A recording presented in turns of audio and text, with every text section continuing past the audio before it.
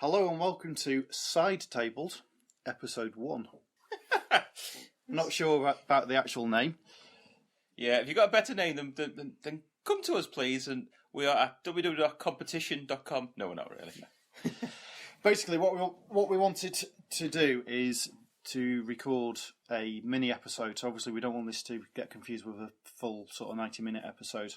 So we thought we needed a different name, and Simon suggested Sidetable. I am, if nothing, full of ideas. He is definitely full of something. Oh, full of nothing. Well, before we start, I should say who's here. So, I'm Neil. And I'm Simon. And what we're going to talk about today is we've just been to the club and we've had 2 games of Guild Ball. Well, one full game and one starter game. One intro game and one full game, yeah. Although we did do them the other way around. We did the full game first and then decided to have a go at an intro. Maybe not the best idea, but no, it works. Yeah, so what we're just going to do today is go through those, and then you wanted to talk a bit about a new gaming magazine that's just come out in the UK. Yeah, it came out literally, was it a day ago? 2 days ago, because this is Sunday. It came out on Friday for the first time, so brand new to the UK, Tabletop Gaming Magazine. So yeah. So should we start with Guild Ball? Yeah. So we went to the club this morning. I took my alchemists. I took the butchers. Yep. And we had a couple of games. They were kind of friendly, except I lost both, so they definitely weren't. They weren't that friendly. Once the ball gets going, there is no more friendly, let me tell you. So in terms of team, I should probably just tell you my team. So obviously I had Ox and Princess, which is Butcher, Captain and Mascot. And we basically said, let's keep it at what I'm going to quotation marks, the basic 6 players for the team and stuff. So for the Butchers, that was Shank, Boar, Brisket and Boiler. There was no Union, no Meat Hook. It was just the original 6. And I also had the original 6, and you're not going to ask me to name them, which is Midas and Flask, that's Captain and Mascot. Catalyst. Oh, well done. Mercury. Oh. Calculus. Oh. And Vitriol. Well done, well done. I don't know what any of them do, but I can at least remember the names. You will find that I think the main thing that we've identified with this is that the alchemists take a lot more learning how they play than the butchers do. Their play style's a lot more finesse, shall we say, than the butchers run up and smack people in the face. Yeah, I mean, I think I've said this before when we talked about Guild Ball the first time, is the butchers really is the easiest team to learn. By far the easiest, because their play style is what everyone wants to do, which is run up and get in a fight. And they've got one superstar striker, which is Brisket. And if you go to Table Blog, you will see my review player by player of the Butchers. Wink, wink, nudge, nudge. But pretty much it's all in a fight, whereas Alchemist particularly, I do think is one of the harder teams to learn. That's certainly what I'm finding. Yeah, because again, if you're the fisherman, it's all about pass and move. It's the fisherman groove and get your goals and stuff. Morticians is like anti your skills. They do a lot of things to negate you. The engineers is all about let's get you knocked down, keep you knocked down at range, at distance, keep you at arm's length. Whereas your team is a lot around using the spells, stop the movements of the enemy, increase your own movements, use the terrain, use AoE, smoke, and etc. But it's really hard to pull off some of the stuff. Yeah, that's certainly what I'm finding is, in theory, I think I've figured out how to do stuff. So it's like, in theory, you throw as many different effects as you can on a model, then you charge Catalyst in. He then gets massive amounts of bonuses for attacking you, and then you're pretty much guaranteed to get, at some point, the double Guild Ball come up, which then means that he can then do his pulse attack, which then further does extra damage to you because of the amount of effects that you've already got on you. But in practice, getting that lined up when you've also got your other player playing against you. Yeah, because I mean, the other issue you've got, because he's one of the big men, is they're all 2+ defense. Yeah. Which basically means on a D6 you need a 2 or more to basically hit them. So the trouble, because when I first saw Guild Ball, I was like, why are the big guys so easy to hit? But it's about speed and how quick they are, and obviously they're dead slow. So you can actually gang up on them which, funny enough, is what I did today.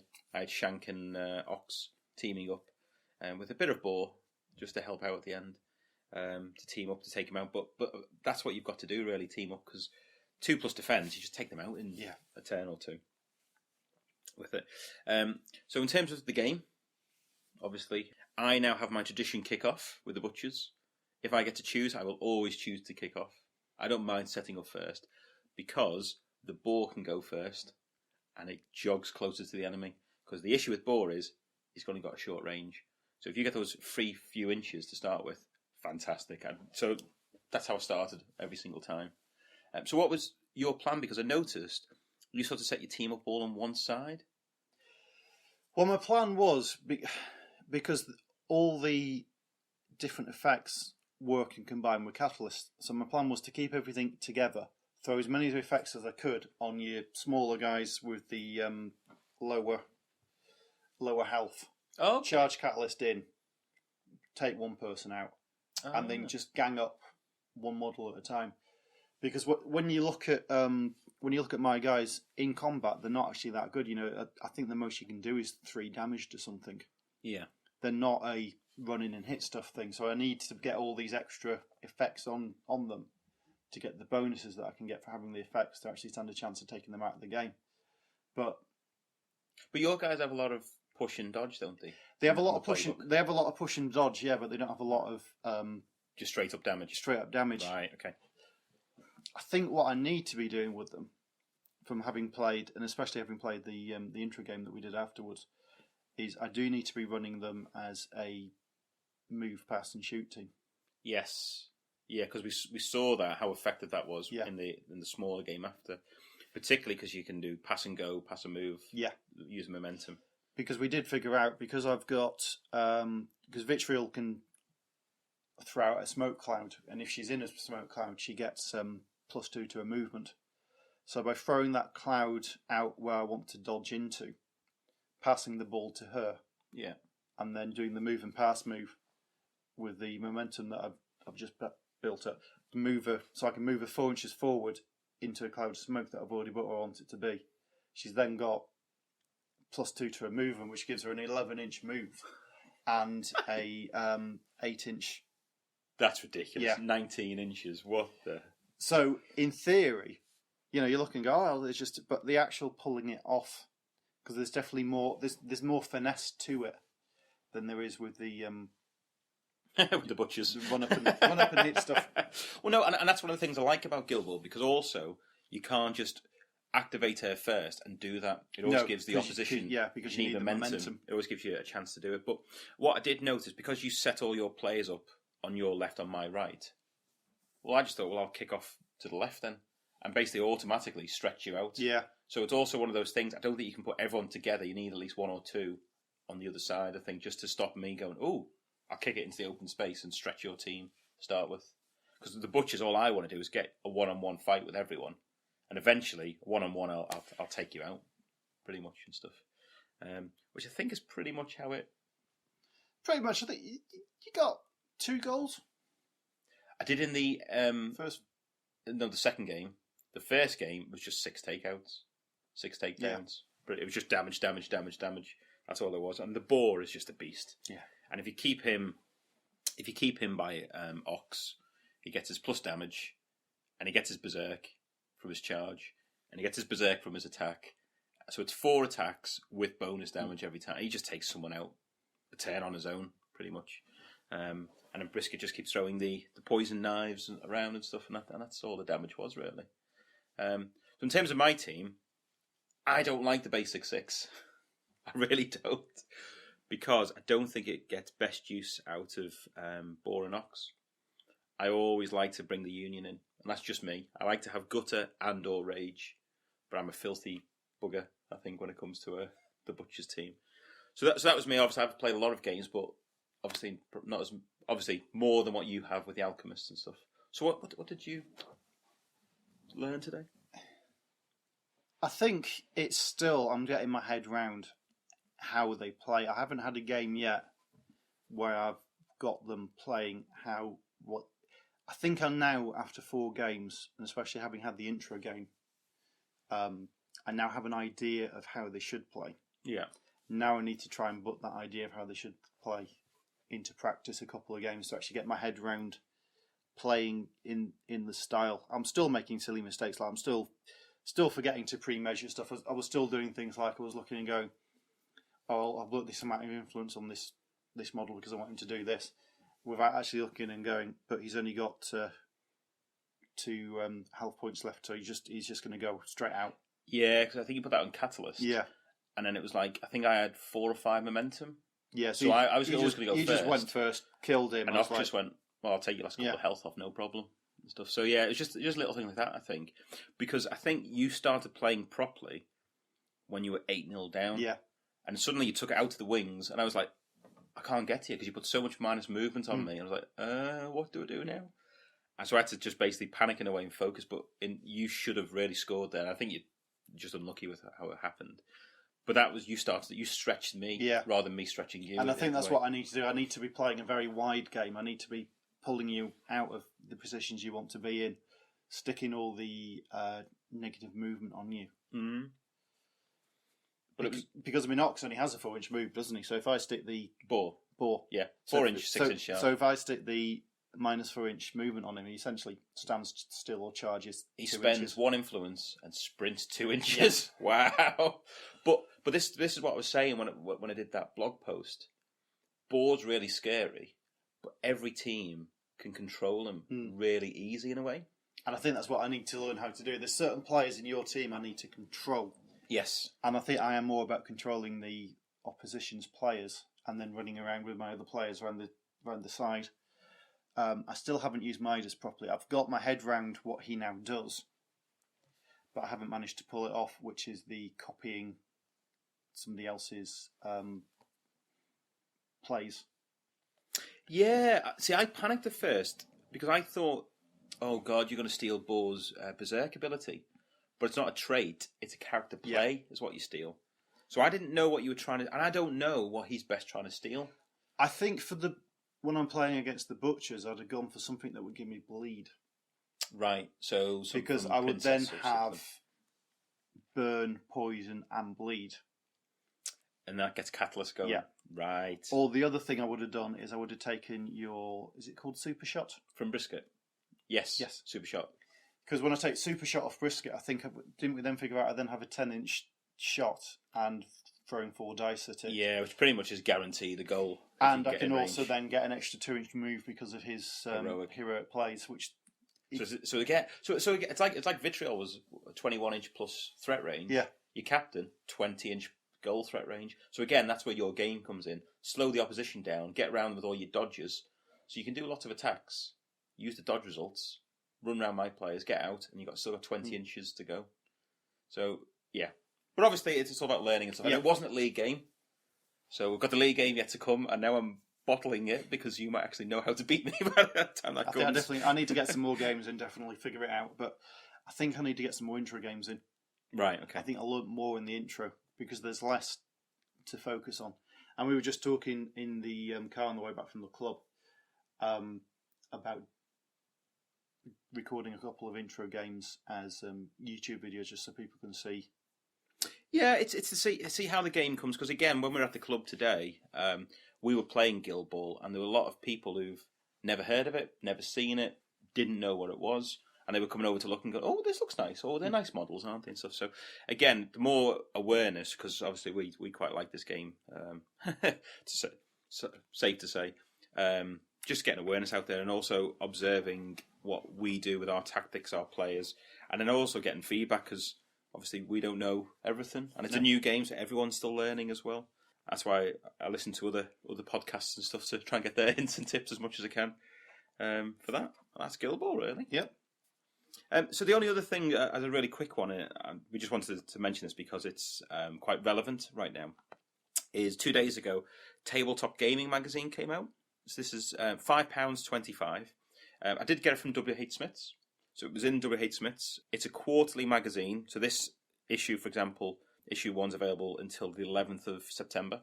And then issue 2 will come out, obviously. And it's very... I mean, you've obviously had a look at it as well, and I've had quite a good read of it.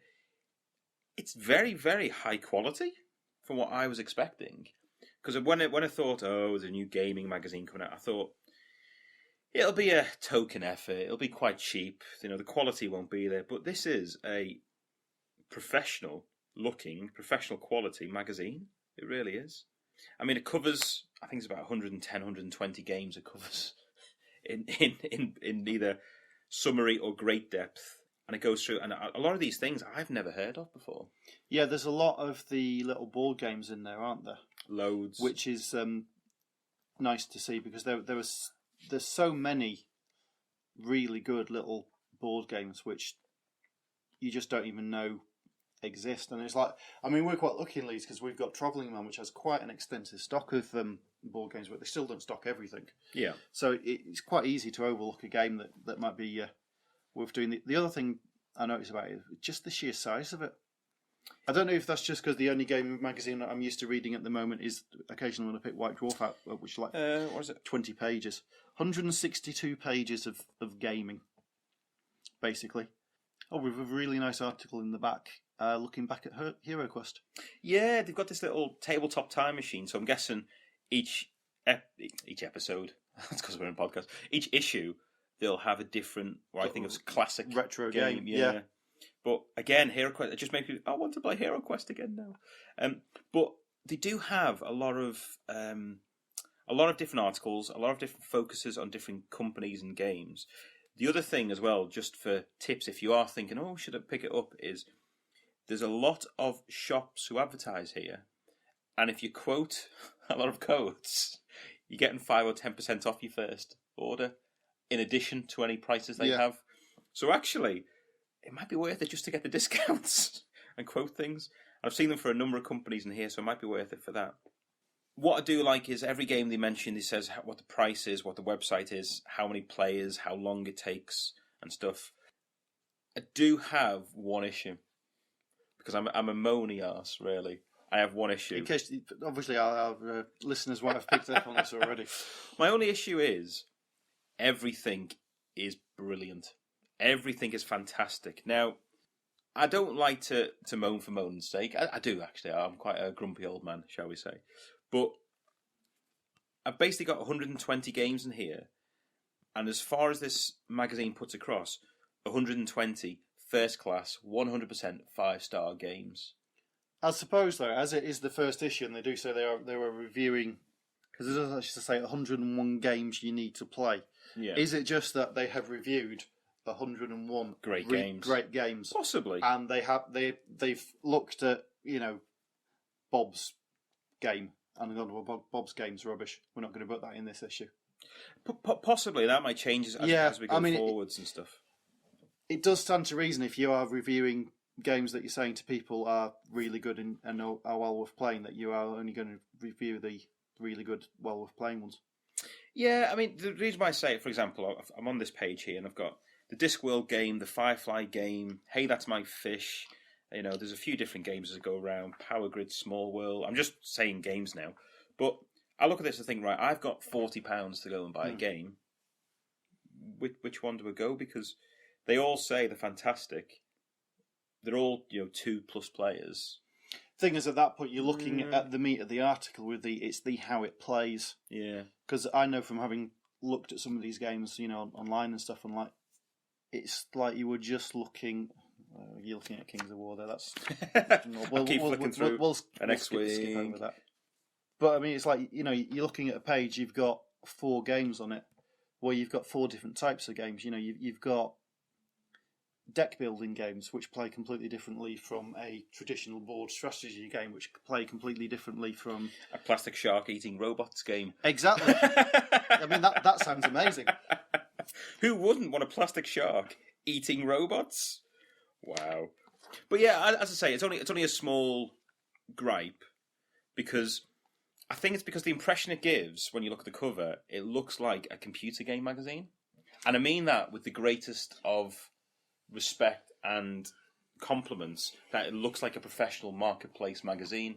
And I'm just used when I look at computer games to say this is 89%, this is 95% and stuff. So that was the only thing I thought missing. But overall, if you're listening to this podcast, you've got to buy it. Basically, you are a gamer. This is for you. There is a competition in there as well, just as a heads up, which is a great prize. And they even have things like battle reports in there, and painting tips, and reviews of tournaments and events and shops and all the rest of it. It's just fantastic. It really is. Can't recommend it enough, basically. That's all I want to cover on here. And that's it for the side table. I think that is. So, as always, let us know if you like this as sort of an additional mini episode. Yeah, I mean, obviously we'll keep the full episode with multiple hosts and, 2 hours, 2+ hours coming out quite regularly. But we just wanted to try and put smaller things out there and just see whether people appreciated it, liked it, or actually there was too many downloads onto your podcast listener and you don't want it. So there you go. And with that, we shall say goodbye. Bye-bye. Thank you for listening to another episode of Table Podcast.